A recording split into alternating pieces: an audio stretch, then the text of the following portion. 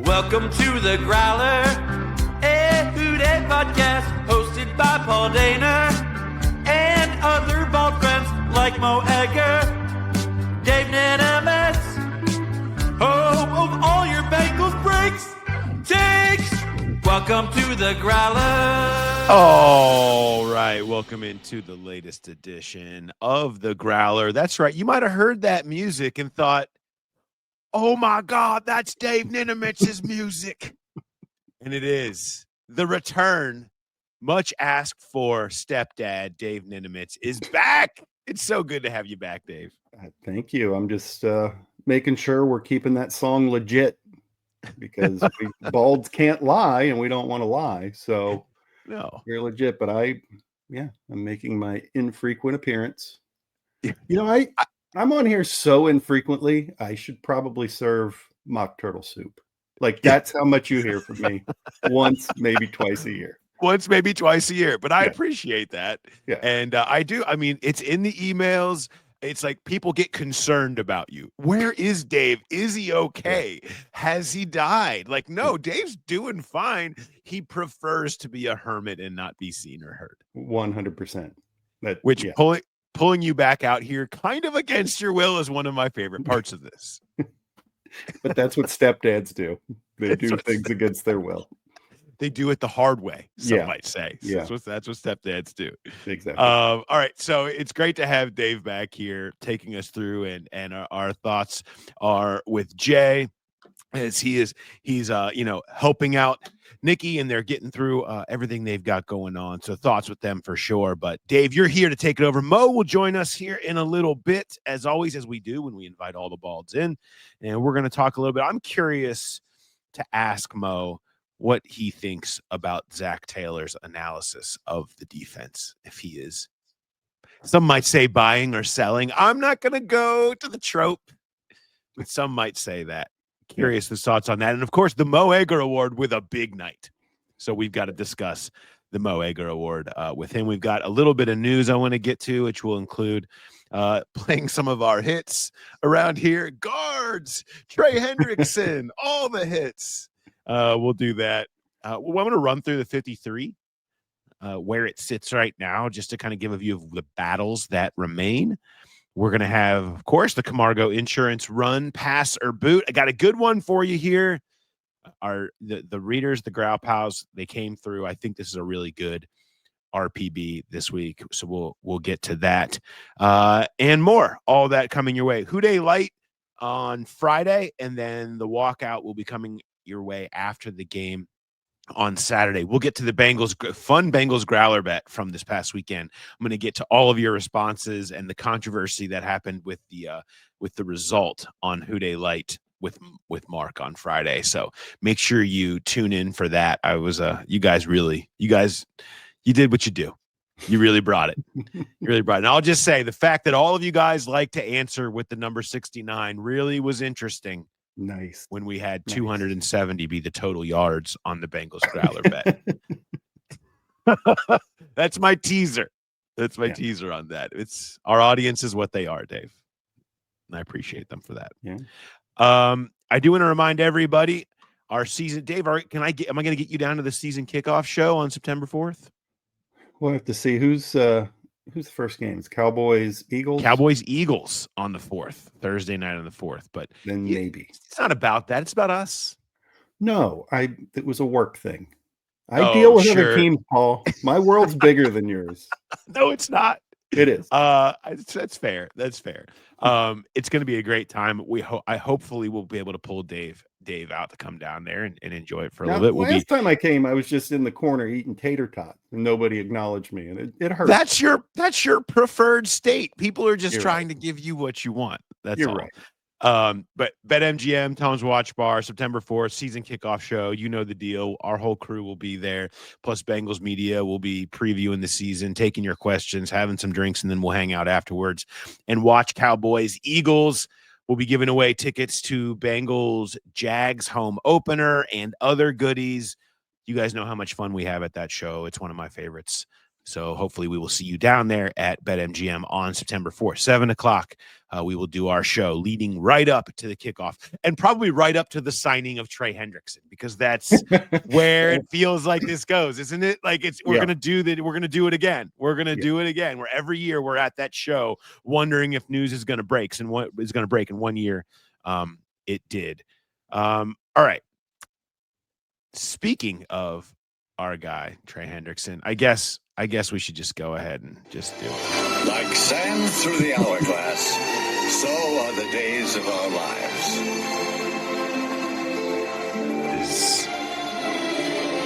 Trays of our lives. We can't go a day without it.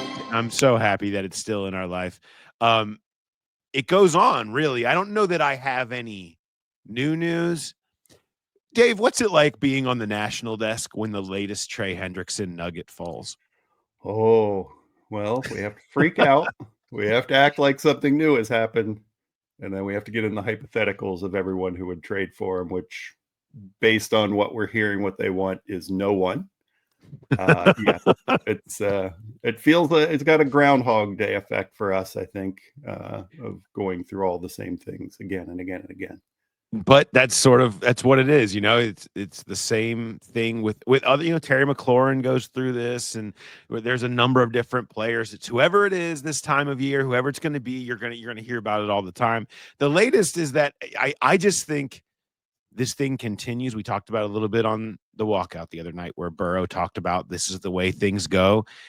Burrow has said publicly what we have all thought the whole time, is that this is the way things go around here. They drag it out. It goes to the end. They wait till each other blink, and then they find a way to make a deal. And Mike Brown has said this is how things will go. They always seem to find a way to get done. We know what history says. Joe Burrow has said it. I feel like everybody's telling us how this ends. And there's just a lot of people. Dave, and through your eyes, and you have had to read a lot of Trey Hendrickson content, I feel like you're well aware of what's going on. Doesn't this just, in your mind, does it feel like it's just a whole lot of gamesmanship to get, the middle to move a little bit at the end game, the inevitable end game? It does, except the way guaranteed money is getting thrown around these days, I think, is the X factor. Now, granted, Burrow got his guaranteed money, but we go into all those factors we talk about all the time, which is the 30-plus-year-old edge rusher and how they fall off a cliff.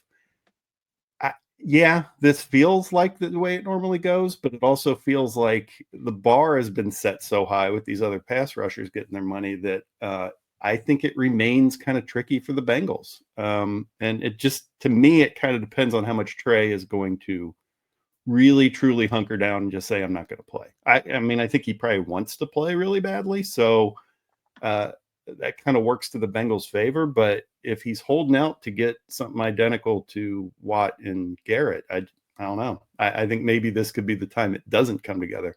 But if it does come together, this is always how it's got to work, just up to the last second. And then everyone just acts happy like nothing happened.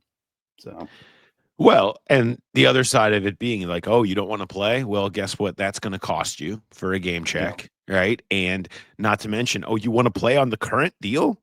You want to be stuck on this current deal when they're offering you whatever it's going to be, $35-40 million average annual value that you're definitely going to get.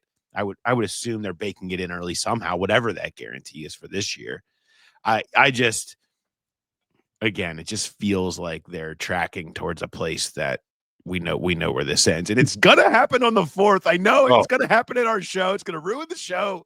Yeah. Maybe it'll make the show exciting. I don't know. We'll have to do a growler bet on what minute during our show does the Hendrickson news break. I'd probably bet that it's going to happen after you've wrapped up the show and you're just trying to enjoy yourself unwinding, and then you get to go chase it down. As soon as the first beer is slid across the bar, to me, is the moment that it breaks. Exactly. Without that. Speaking of saviors that will fix anything, let's talk about Dalton Risner, shall we? I feel like I'm coming across as the guy, like, booing Santa Claus here. Like, I'm not trying to do that. It's just the Paul Downer Jr. side. There's no question that's getting thrown around for this one. I'm not saying it won't be. He's not fine. Okay. It's just the way he's being talked about, prime Max Montoya will descend from the heavens. Max Montoya very much with it. I'm not saying very much with us. I'm not contending. Or Max. But Max is doing great. I just saw him last week. He's doing great. He looks great. But so maybe descend from the heavens was the wrong phrase. But Max Montoya is going to show up and it's all going to be fine. Like the conversation around Dalton Risner and PFF grades and all of that for a guy who has switched teams, that Minnesota couldn't wait to boot everybody on the interior line out the door from last year, has been available, is still available in a league that's begging for offensive linemen on August 20th, has been available later every year. Maybe he's just a guy that doesn't want to play in training camp. Maybe that's what this is. And honestly, considering what he's up against, that's probably is still an improvement from what they have at right guard in the situation right now. I just feel like people are getting their hopes a little too high about what exactly this player is going to be. That's all. But maybe the ultimate one man's trash is another man's treasure position is offensive line, because think about what we've gone through it here. How many different Bills linemen have we had come here that we were sure that that was the end? We had Cordy Glenn and Quentin Spain and all the greats from there.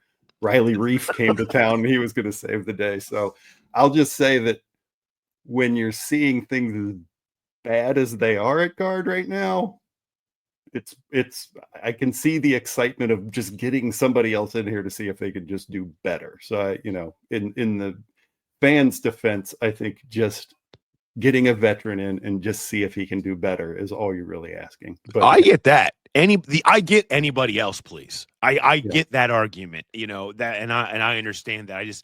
I feel like there's a little bit too much putting on a pedestal that's happening here. I hope for his sake and everybody else that he is good. He came, left, looks like he's going to go to Seattle for a visit as well.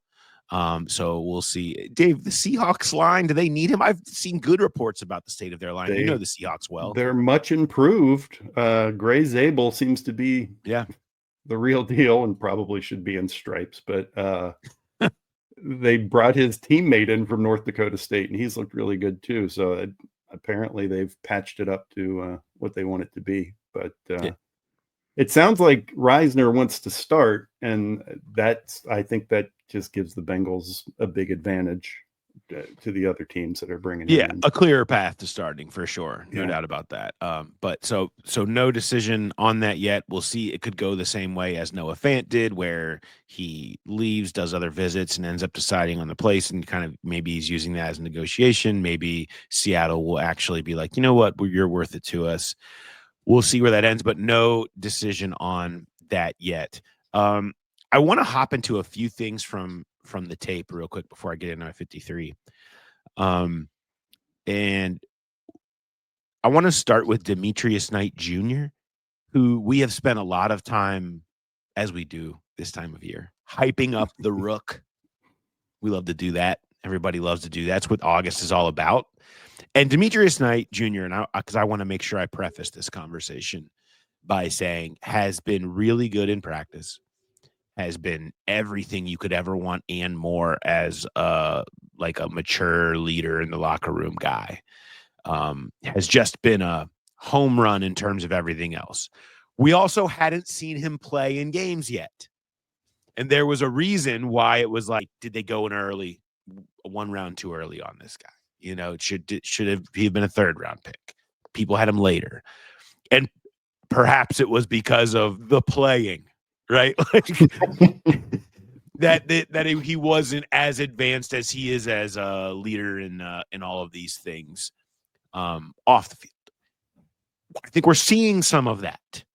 We've seen some of that early where Demetrius Knight, he's a rookie in his first preseason.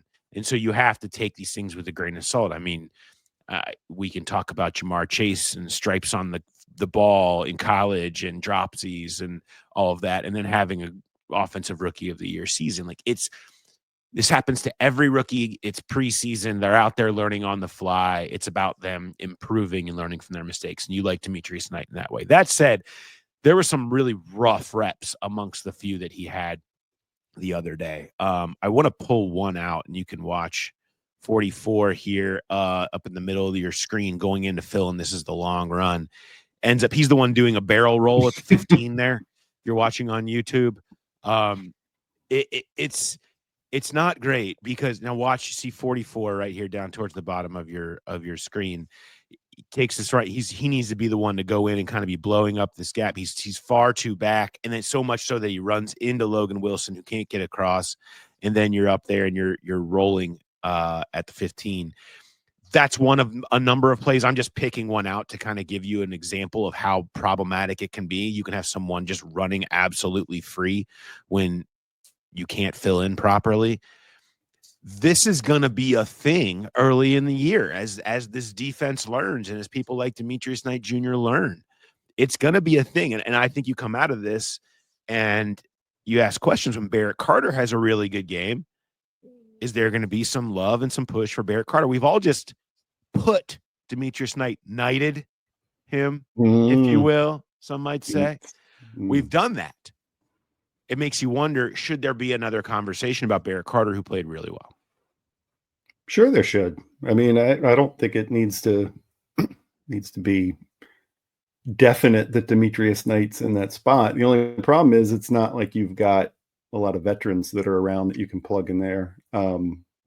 All due respect to Oren Burks, I suppose, but I don't know. I'm kind of the thought you're going to dismiss it to some degree as a rookie. It's not, you can't expect everything out of the guy. It's not like he was a top 10 pick or something. Second round's a big deal, but it's not like he was your marquee pick. So, Abdul Carter got steamrolled against the Jets, and is he bad now? I don't know. I think you got to take that one with a grain of salt, but it's not a positive sign, that's for sure. Now you tell me, I've heard a lot of sky is falling from fans on Twitter and everything that Logan Wilson has lost a step and isn't looking that great. How much of a concern is that, or what are you seeing that there's any truth to that?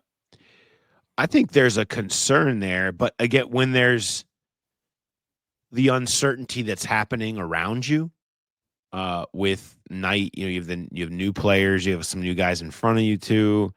Shamar Stewart's learning. I mean, when you start putting a bunch of rookies out there, all of a sudden the veterans don't look as good. It's amazing how that works. Yeah, I'm not out on Logan Wilson. I know there's a concern there when you consider injuries and age, and he didn't play when he was healthy last year. What's going on there? I still have enough faith that he is a starting caliber linebacker. He's a smart player. He knows what he's doing out there. Al Golden really likes him, trusts him with the system. I think he is more than capable to be a good enough player here. I don't think he's just going to be a star necessarily. I think he needs things to settle around him. There's just, when you're working next to a rookie who's trying to figure things out, it's tough. Like that play is kind of an example of that. He's going in to fill in and spill, and he's got Demetrius Knight just like somehow running into his legs while a guy is like, that's not how this is supposed to work or look. And there's a number of different examples that you can see, and I'm sure we will see like that when the real game is commence and you have a ton more reps. So I'm not giving up or turning on Logan Wilson yet. I think it is real to have a concern about that, but I'm not giving up on him at this point or saying that he's washed or anything like that. I also wanted to point out this. I put this out on Twitter. I just thought it was funny. You got to laugh at this, right? If the Bengals fans are just in the dark place. What if I told you this man not only scored a touchdown, but did so standing up? The Jaden Daniels screenshot where he's at the 9-yard line, surrounded by 3.5 Bengals that are, truly surrounded, and went in standing up. And a lot of people are like, it's preseason. They're just letting up because they don't want to hit the other team's quarterback. I don't think the Commanders had much problem with hitting the other team's quarterback when they were throwing Joe Burrow down onto his head. Yeah. I don't know. Their job is also to tackle people, right? Is it possible that Jordan Battles just promoting the league's push for flag football and showing what that looks like? Because that's kind of what I it will looked like. listen. I mean, I will listen to the excuse on this one that it really looked like he was just treating it like a practice, expecting him to slide down, and they all were surprised when he decided not to slide and to score instead in a preseason game. I guess I'll listen to that excuse. I would not have wanted to be sitting next to Al Golden in the film room when this played. No. Because I don't care. You're on the football field in a real game. It is your job to get that guy down. I understand it's preseason, but it'd be one thing if this is a team that deserved the benefit of the doubt. Tackling was a major issue last year, and we saw plenty of regular season games that looked like that. Okay? Not supposed to look like that anymore. And so maybe they better hope that excuse holds up. Because no one's asking that was not a good look. No one's asking you necessarily to put the kill shot on Jaden Daniels. You can just wrap him up and bring him down. It was pretty much like just two-hand touch him and hope that he takes a knee or something there. I'm not sure what happened, but yeah, it was a bad look. Bad look. I want to quickly run through the battles to look for on 53. I'll get more into this a little bit after the game on the walkout and also in who they light a little bit, but just to run through kind of where kind of my 53 sits and I think where the decisions left to be made. I think you can look at the back of the offensive line room, obviously, is what you're going to be watching on Saturday. Right now, I guess you have McLaughlin as the second center. There's a lot of health involved in here. Like, what is Matt Lee's health situation? How healthy is Seth McLaughlin actually?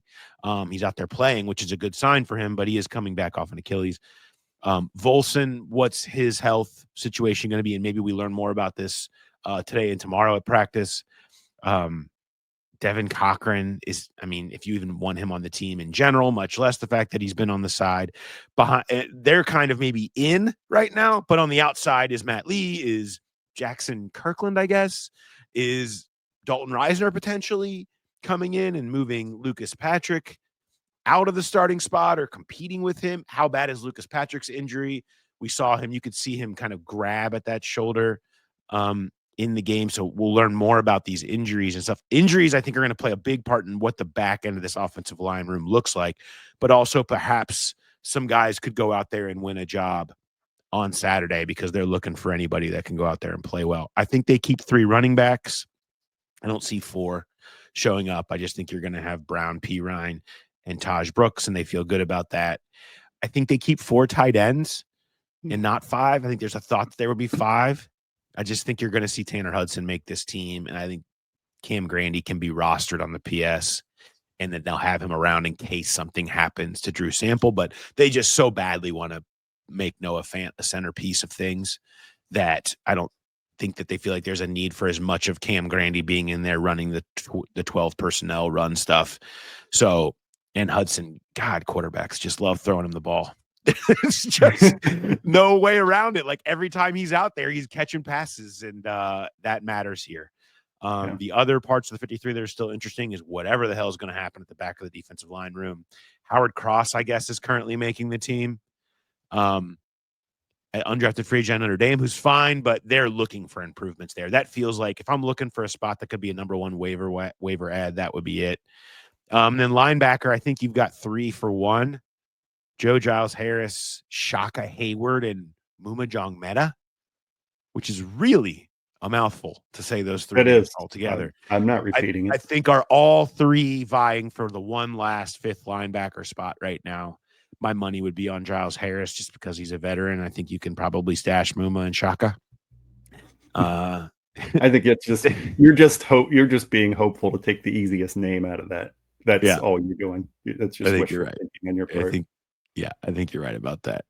All right. So that's kind of a quick look, a quick glimpse at the 53 right now, the battles that still remain as we head into the final preseason game. And then final cuts are Tuesday at 4:00. We'll get the full list, and Zac Taylor will speak after that.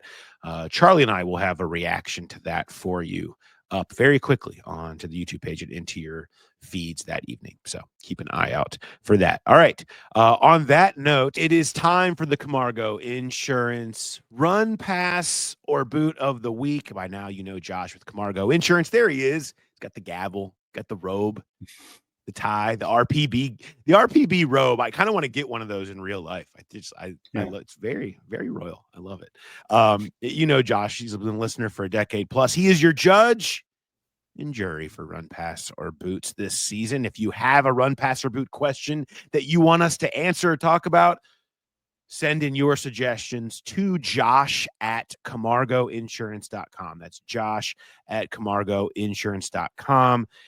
When you work with Josh at Camargo for your insurance, it's a true concierge experience. No fluff, no runaround, just one-on-one help from somebody who gets it.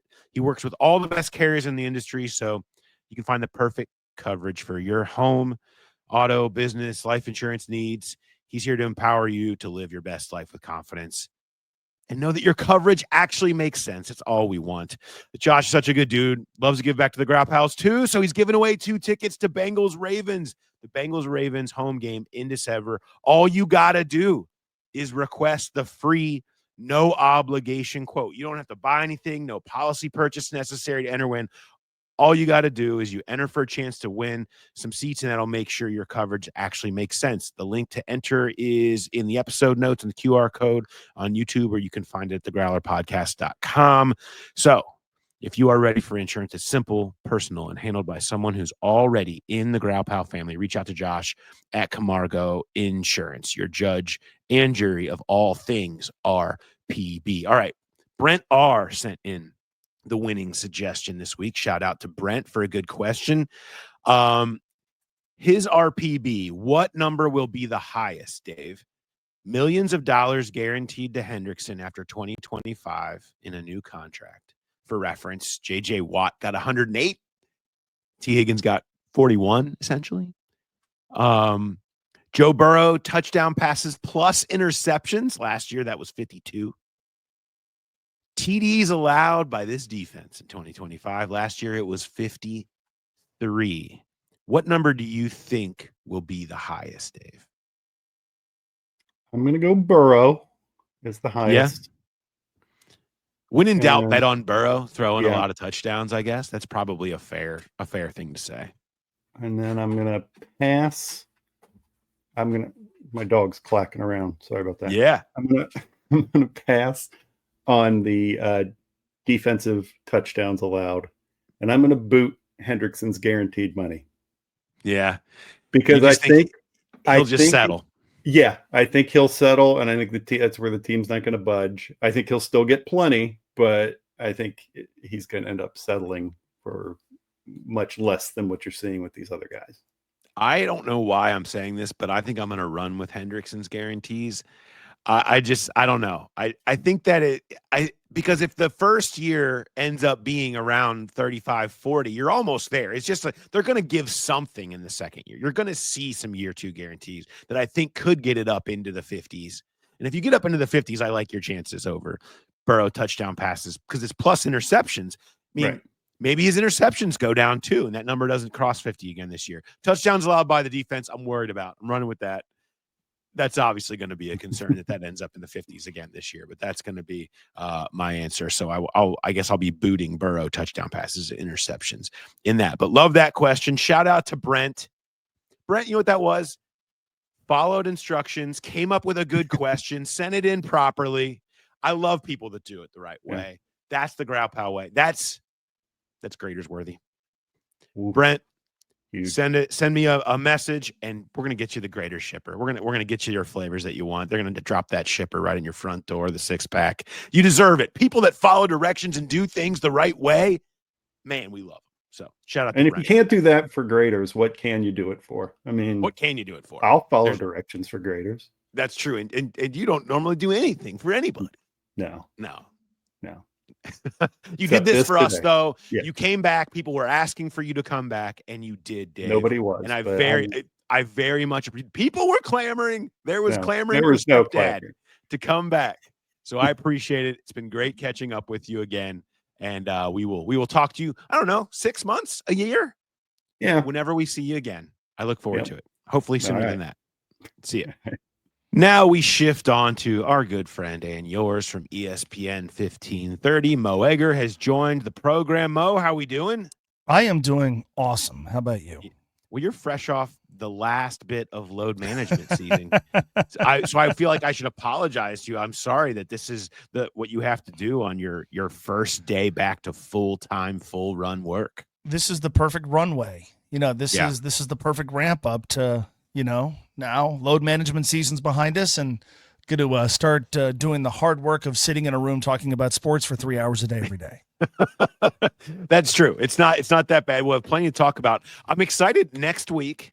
So next Tuesday, it's the leading up to Cutdown show where I don't know quite what to say as we await to find out what's going to happen at 4:00. We're on from 3 to 4 on ESPN 1530, and we're at Oakley Greens. Yes, Oakley Greens. We'll be there every Tuesday for the next 20 weeks and hopefully longer than that, depending on how the local pro football team does. But yeah, Oakley Greens every Tuesday. We're thrilled. And the Cutdown Day show is always fun, but there's added intrigue this year because I didn't realize that this was kind of the tentpole event of the offseason, Cutdown Day. Day. I don't know why we focus on the draft. I don't know why we devote any time to free agency. It's Cutdown Day. That's when the Bengals are going to fix all their problems. Their problems. Just keep adding players off the waiver wire that are going to be so much better than your current ones. The sign of a good roster. The sign of a good roster. I do want you want to start with something positive, or do you want to start with something that we need to just get the negative out of the way? Let's start with that. Let's push that. Let's get that out of the way as quickly as we can. Yeah. Okay. You had a favorite, maybe my favorite tweet of the night, which was just please punt. It was straightforward. It was to the point. It's 4th down. Everyone's thinking it, and it was just very quickly out there. Please punt. Please don't subject us to any more of this. I wanted to just give you your props and appreciating that, but I wanted to ask you this. We played the audio from Zac Taylor after the game on the walkout of him explaining away his confidence in the defense going forward, stating like, look, I've seen what they do to us in practice. They make it really tough on us, and I'm excited about the direction that the defense is headed because of that. Are you buying a lick of what he is saying with that? For the second consecutive week, I'm going to say this. I see better than I hear. Marvin Lewis's ultimate legacy to the Cincinnati Bengals and to perhaps sports discourse in this town is going to be that sentence. I see better than I hear. Now, I've been to I think now 10 of those training camp practices and one more today. And I've watched. We've talked about it, right? Like you even wrote, "Is the defense good?" Right. So the defense has had its moments in training camp practice. You cannot deny that. Anybody who has paid attention, even if they're not there, I think would understand that they've had their moments in practice, and that is encouraging. At the same time, what we've watched from the defense in games against other opponents has looked painfully familiar, and so I'm sorry. You could tell me how good they are in practice. Nobody is expecting the Bengals to dominate on defense, but they got worked the first team against Washington. They showed no resistance at all. I'm sure the schemes are dumbed down. I'm already tired of that phrase, by the way. Hey, dumbed down. It felt like the defense was let them score so we can get the ball back. That's kind of the dumbest possible defense you can conjure up. I don't know how you could have watched last season and then watched the two preseason games and walk away from it feeling like this defense has a chance to be really good. And that's the goal here, man. Like, I'm so tired of hearing about how, well, they've just got to be league average. Yeah, I understand that. But is your defense going to be capable of carrying you in a game where maybe Joe Burrow just doesn't have it? Or maybe there's a bunch of fluky things that happen on offense, and now the arrow is pointing to the defense. Go win us a football game. Successful NFL teams find ways to win in a variety of ways. So could there be a game where, as awesome as he has looked, Joe just doesn't have it? Or maybe Joe gets hurt and the defense has to step up? Or is there going to be a moment in the fourth quarter where Joe Burrow has played his face off and now the defense has to get a stop to end the game? or maybe give him the ball back. Do you trust this unit to do those things? I do not, based on what I watched last year, based on what I've watched in the 2 games here in the preseason. So you can tell me all you want about training camp practice. Okay, fine. But in a public setting against another NFL team, they got worked, and they often got worked last year. And it's largely the same group of guys. How am I supposed to feel confident that this defense can go through a dramatic turnaround, at least early in the season?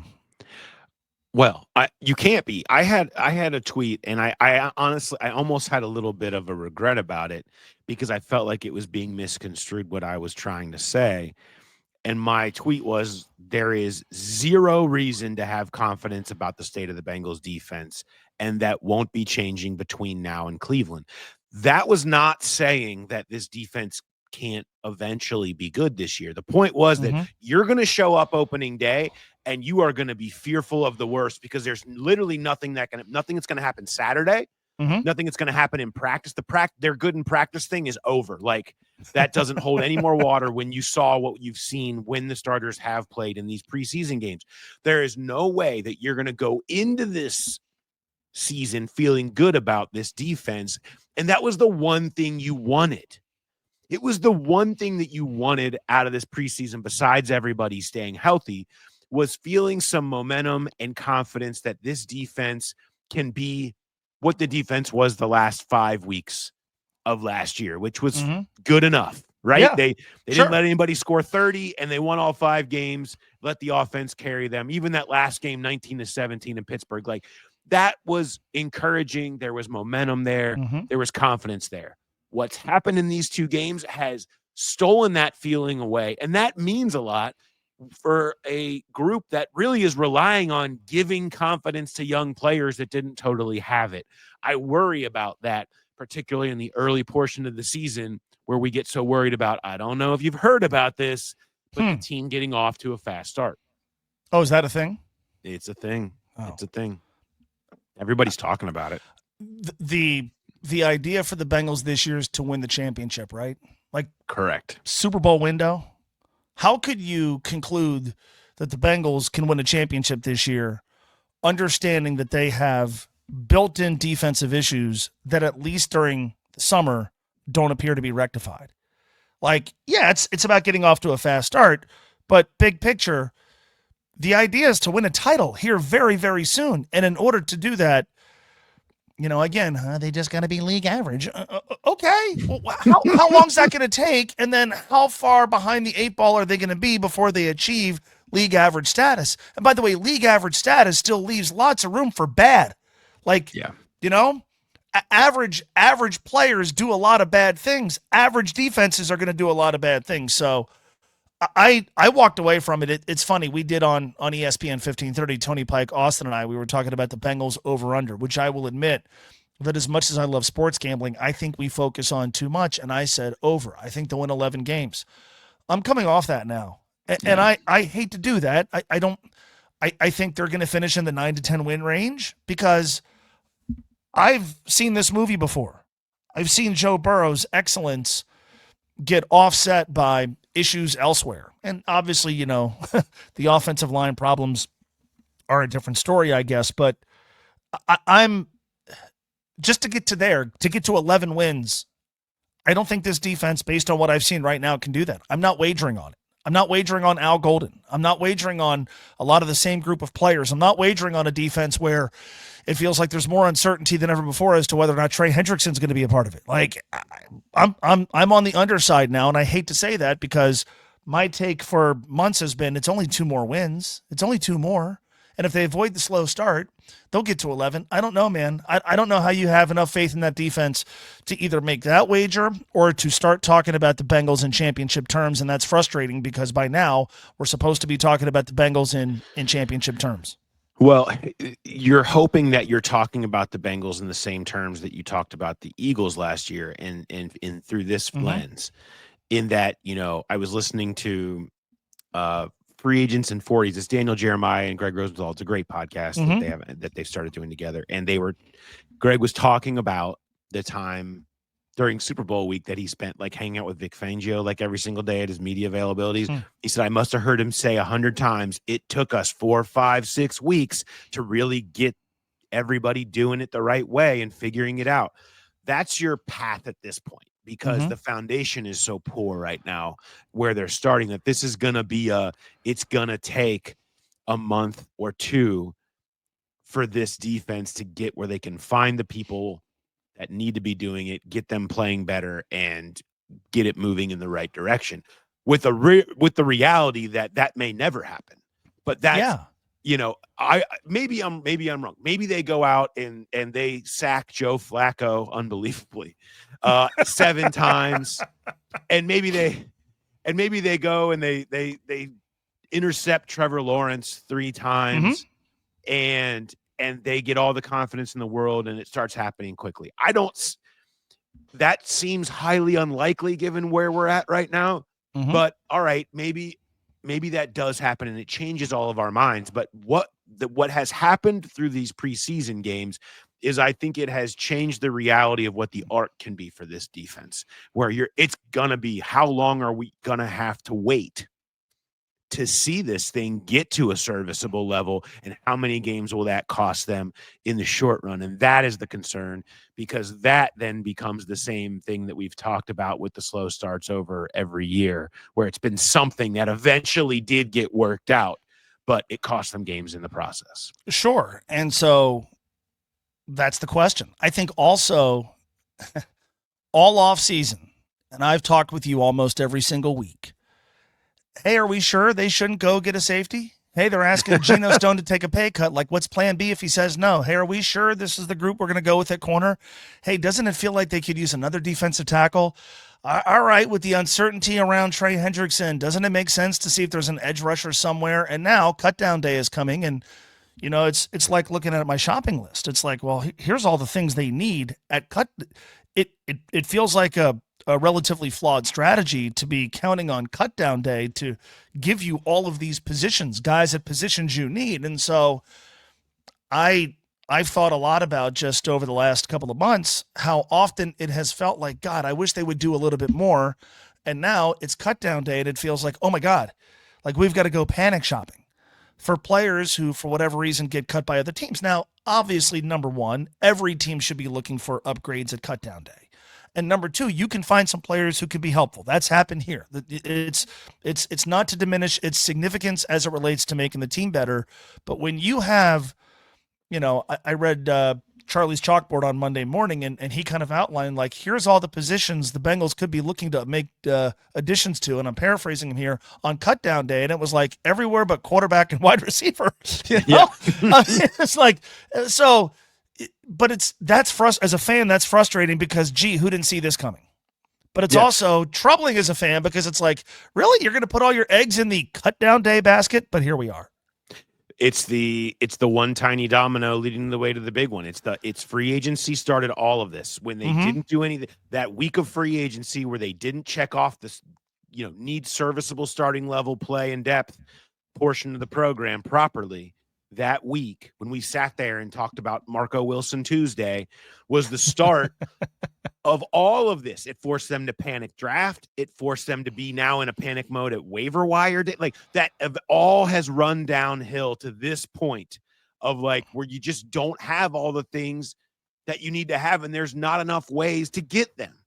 And that's a problem, obviously, but it's sort of been the theme of the offseason. As somebody who has covered and followed UC basketball, I've thought, speaking of you, I've wondered often, as I've listened to Zac Taylor over the last couple of days talk about, well, they're really good in practice. Do we name that after Titus Rubles or Adam Rajaniak? Because if you're a UC basketball fan, the UC had a player named Titus Rubles who did a lot. He was a good defender, good passer, but he was a terrible outside shooter. But you would hear people go, he makes them all in practice. It's like, man, that's cool. And then Adam H came a few years before Titus. And if you remember, dude could not make a layup. Nice kid, sweet kid, but it was like, man, in practice, I'll tell you what, he is eating up all the other bigs, just eating them up, and it's like that's really neat. In the Big East, he can't get a shot off. So I am weathered down and beaten through years of hearing about, and those aren't just the only two players. I'll spare everybody my long list of guys who have missed a lot of shots that I've heard. Like, I tell you what, in practice though, he made like 25 in a row. Like, he did. Really? Made 25 and made 25 all season. So I'm sorry, Zach. He's really good in practice. I am beaten down through years of Bearcat basketball, guys who apparently were like LeBron James in practice and then not LeBron James when the games actually started. One thing I will never forget from my years covering UC was the sound of the crowd when Titus went to shoot. Mm-hmm. It was like you would hear these groans as he went to shoot before he even shot it. Just when he went into the shooting position, it'd be like, oh, I mean, truly like hands feeling nauseous and audible gasps. That sound has stuck with me forever. I always enjoyed that. And I will also say, while we're quoting Marvin Lewis around here, Marvin Lewis had the name for those players, and that was all Hamilton County. Those the practice players, all Hamilton County, man. That's what it is. You know, they also had Quadri Moore was the same thing. He would catch it on the wing, and you would think like in various sections of Fifth Third Arena, somebody was vomiting. Like you would just hear like this. But then after the game, you know, Quadri would get his 5 minutes, go, you know, catch the ball, and every time he caught it, it would go up, and he'd throw, 4 off the backboard. And then Mick would say, tell you what, though, but in practice, man, Quadri killing it. Like, okay, yeah, sure. All right. Speaking of killing it in practice, we do have to get to a very important moment, and that is, I believe it's time to present the Mo Egger Award. Is it not? Have you figured out a trophy yet, or a plaque, or anything, or you have something? Wow, he actually has perhaps come prepared. Might have something for us here. What are we holding? We could. Here you go. Here it is. There it is. There it is. The Mo Egger Award. Are you going to come? Are you going to give it to him at practice today? Yeah, sure. Hey, Mitchell, congratulations. We're going to have to repurpose this. This is my trophy for first place in the 2023 Spring Family Golf Outing. I had nothing to do with us winning this, but this is the trophy, and it's just written on a piece of tape. We can take the piece of tape off. Yeah. 2025 Mo Egger Award winner Mitchell Tinsley. This award has never been decided with preseason games to go. But how do you not call it at this point? It's over. Right? That's the Mitchell Tinsley game. Yes. That's the Mitchell Tinsley game. Even if people ask about it, that's exactly what you'll say. Yeah. Nothing else. Even if he goes on to contribute this season, and even if he goes on to have a successful NFL career, I believe years from now, when you mention the name Mitchell Tinsley, people are going to remember that Monday night when he gave us reason to smile through all the anxiety of watching Joe Burrow do some odd stuff and not get protected, hoping that he would simply just jog off the field, or the Bengals would call snaps, or they just went into victory formation. And in the middle of all this, Mitchell Tinsley emerged as this guy who might make the team now. So he wins the award. Yeah, I love it. He deserves it. He was so good on such a stage. Yeah. That it left me to start asking another question. Keep or trade? Ooh. There are some wide receiver needy teams out there that might call. You previously outlined a list of every single position that they need. Yeah. And if somebody needs a receiver and they saw that receiver do that, is he going to play for the Bengals this year? I mean, it would be maybe in a bad spot. Yeah. If he was actually playing. That said, I bet you there's a lot of teams are like, that guy can play for us tomorrow. Yeah. And I wonder if there is something to be done of trading Mitch Tinsley and either keeping Isaiah Williams or just going with 5 receivers or whatever the other plan would be for, I don't know, a competent defensive tackle, a rusher, another linebacker, a safety, a corner. Any one of the positions they need. Anyone that plays defense. Could you sweeten the pot for the deals you're listening to involving Trey Hendrickson by throwing in Mitchell Tinsley? Mitchell Tinsley. That maybe that's Right? what gets it over the top. Yeah, I don't know. I know I'm not saying this that they would do this, but I do know there are a lot of teams looking for receivers right now. Yeah. And he looks like a guy who is I love his story. It's a great story. Mhm. Going back to Washington and doing it, Yeah. he'll always have that. But from a Bengals perspective, I kind of wonder is if that did elicit interest from teams who are like, huh, that guy's interesting, if that's worth considering talking to other teams about trading him rather than just having him sit inactive on the back of your roster all year. Most, or at least many trades come from, a team that has a surplus. Do the Bengals have a surplus of wide receivers? I mean, we know who they have at the top, obviously. We also know, like, Andre Yoshavash is going to make the team and should make the team. Charlie Jones has had a good camp. I guess Jermaine Burton is still capable of helping in some capacity. But maybe that's the trade, but I don't know who's wanting to bring Jermaine Burton into their locker room right. now. So, there's they're good there. They're, I think Mike Gesicki is basically a wide receiver. So you start to go, okay, if we want help from outside in ways that don't involve perusing the waiver wire, what's our best asset? Trey Hendrickson aside, that's a different conversation. The answer is probably Mitchell Tinsley at this point. Mm-hmm. Now, he can keep the award if he gets traded, correct? It's his. Let's we say just he gave gets, it to him. Let's just say he got traded today, and there's still, weeks of practice and a preseason game still in front of us. Do we restart? It's over. It's over. I think it's over. Okay. No, it ended, especially if they actually he did so well that they got something in return for him. Name the award after him at that point. I mean, that is what a night. Good for Mitch. Cool to see him have that moment and make himself a lot of money. It's, as you mentioned, it's a neat story, and it happened on Monday Night Football. And I know it's Monday Night Football in the preseason, but there are more people watching that game than would have watched had it been, produced locally. So, and he got the Joe Burrow endorsement after the game, got Jamar Chase talking about him on the TV broadcast with, I think, Laura Rutledge. That's good for him, man. And if that means, now they flip him for, as you said, a competent defensive tackle or somebody to play in the secondary. Hey, that's one less thing they have to go find on Cutdown Day. Yeah. And on that note, we will wrap this up. Next show will be Who Dey Light with Mark Chelafu. On Friday, we will have the walkout after the game on Saturday night, where Charlie and I will go through the 53 options and break all that down on top of some reaction from the game. And then we'll have a reaction to the cut down to 53 next Tuesday after Mo and I. I'm overexposed. It's too much. Mo and I from 3 to 4. Before that, we'll be on ESPN 1530 at Oakley Greens. So come down and see us and say hi down there all year on Tuesdays. Which I'm so happy to be there. The home game for me, coming back to Oakley, has warmed my heart like no other. Whenever I think about how long the season's going to be, and I look at all the travel and my plane tickets and the long drives and the road primetime games, I always feel better when I think about Tuesdays at Oakley Greens instead of having to drive wherever else I have to go to. So I am very appreciative of having that this year. Well, for you, and I've said this for years, our hour together on our show is the best of the week. And to get a chance to do it at a place like Oakley Greens makes it even better. So Love it. We're excited. And thank you for your time today. And we will talk to everybody soon. Have a good one, everybody. Enjoy it.